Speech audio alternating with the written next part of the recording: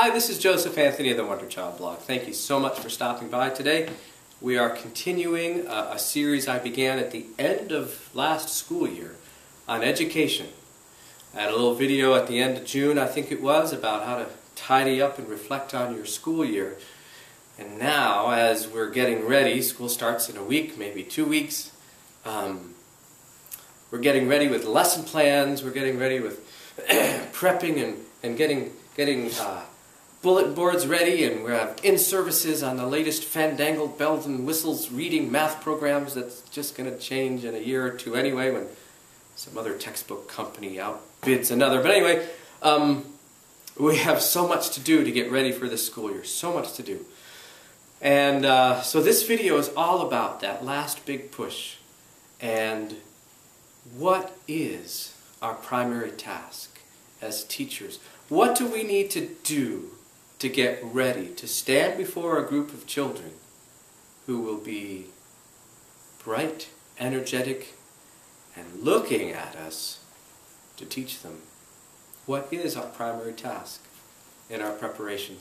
Excuse me. Well, over the summer I've done a lot of reading, as I always do, to keep up my educational savvy. And one of the books I read is by Rudolf Steiner, The Foundations of Human Experience. Some of you may be familiar with Steiner and thinking, oh my goodness, he's going to get all spiritual on us. And I am a little bit, because I truly believe the soul of modern education is missing. I'm not promoting or proselytizing for any dogmatic religion, but one needs to acknowledge that there are higher forces that can help us become better educators if we are so open-minded. So, keeping that in mind, what is our primary task? On page 43, 44 actually, Rudolf Steiner says,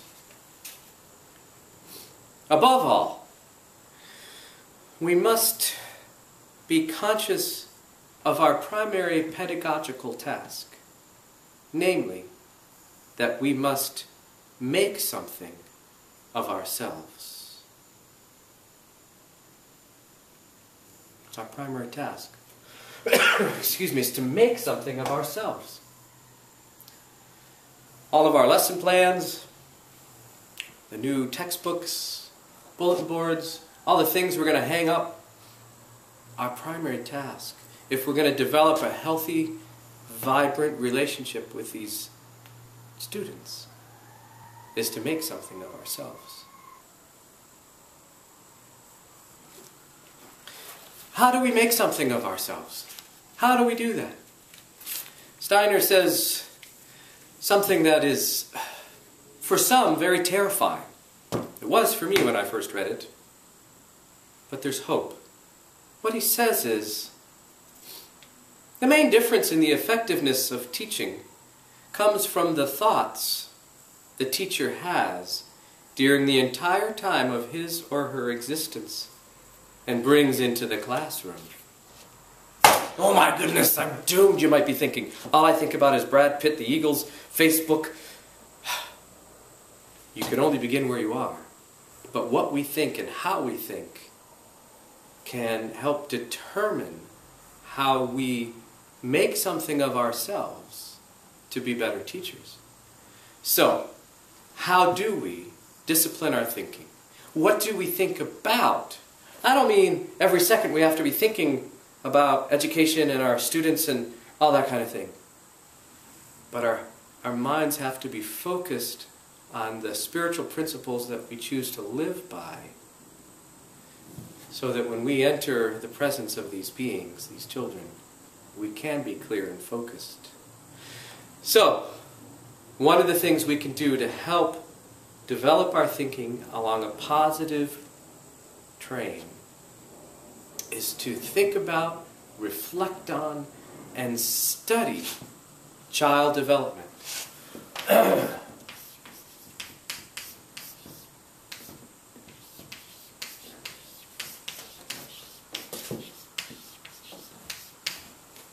And really what I should have written is human development. If we can ask ourselves, is what I'm presenting and about to give to these students developmentally appropriate? And not, really 90% of the stuff that gets given to us to give to students doesn't really meet their intellectual, social, emotional, physical, or spiritual needs. It just doesn't. But if we can learn how humans develop over time, then we can know what is right and good to present to our students. So often, I've heard teachers say, "Oh my gosh, I can't wait till this is over and I can retire. I'm going to die soon. I need..." None of it really matters. We're all going to die, and gosh golly, how many more hours till I can put in for early retirement, you know? If we can focus, though, on child development and human development, we can steer clear of what Steiner calls this appeal to human selfishness when we start thinking about only our mortality and only our futures. If we can really get into the space of, what am I giving to these students? Is it developmentally appropriate? Will it help them in their futures? So we have to create lessons that meet them where they are. Teach in such a way where it honors where they are developmentally. Speaking of death, I think about so many people believe in heaven or an afterlife, that death is just a continuation. Some also believe the opposite is true, that birth is a continuation of something that was going on before, that we are evolving during our physical earthly existence and we continue to evolve on the other side, or whatever you want to call it. But we're evolving nonetheless between birth and death, and between death and birth. We are spiritual beings having a human physical experience. So how can we teach in such a way where we can help these spiritual beings live in a body? How can we help them feel comfortable and relaxed, to breathe in and out of the rhythms of the seasons and of their lives? How can we help them sleep and digest what we teach them? If we think on these things, we will be making something very wonderful of ourselves for our students. So that's the first thing. Think about child development, human development, and all of its facets, physical, emotional, social, so we can create really healthy relationships. The second thing is cultivate confidence.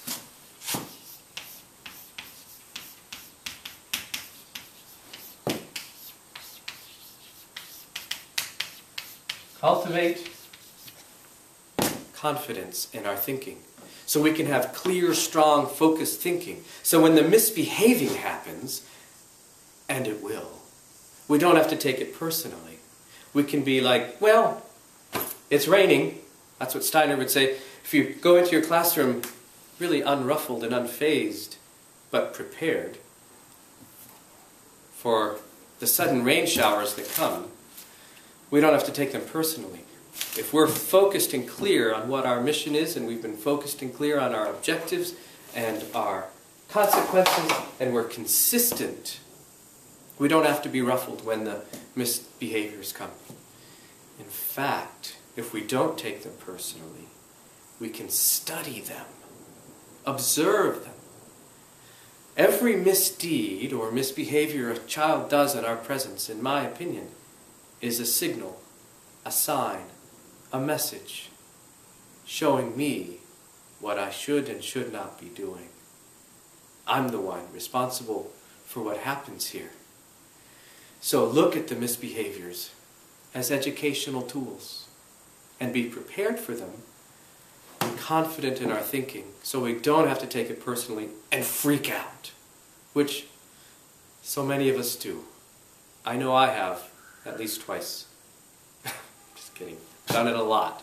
So, cultivate confidence. And the third thing we can do that will help us make something of ourselves is to cultivate gratitude.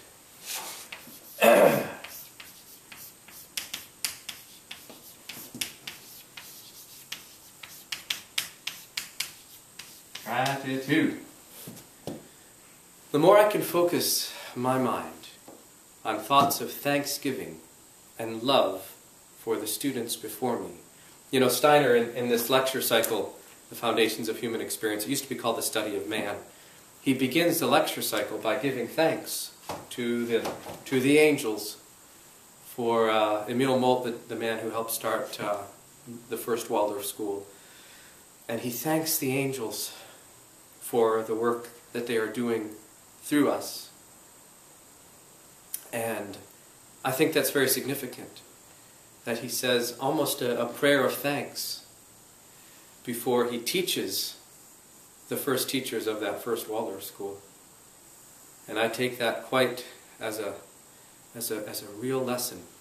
If I can cultivate gratitude and love to the spiritual world, and keep sort of a feeling of devotion and reverence for the task before me.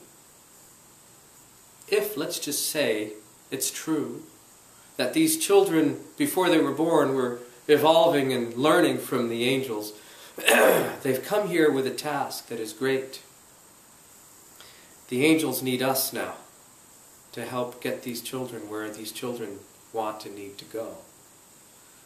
And the more I focus my thoughts on gratitude and love for this task and for these beings, these children, for the angels, the more I will make something of myself that is positive, confident, focused.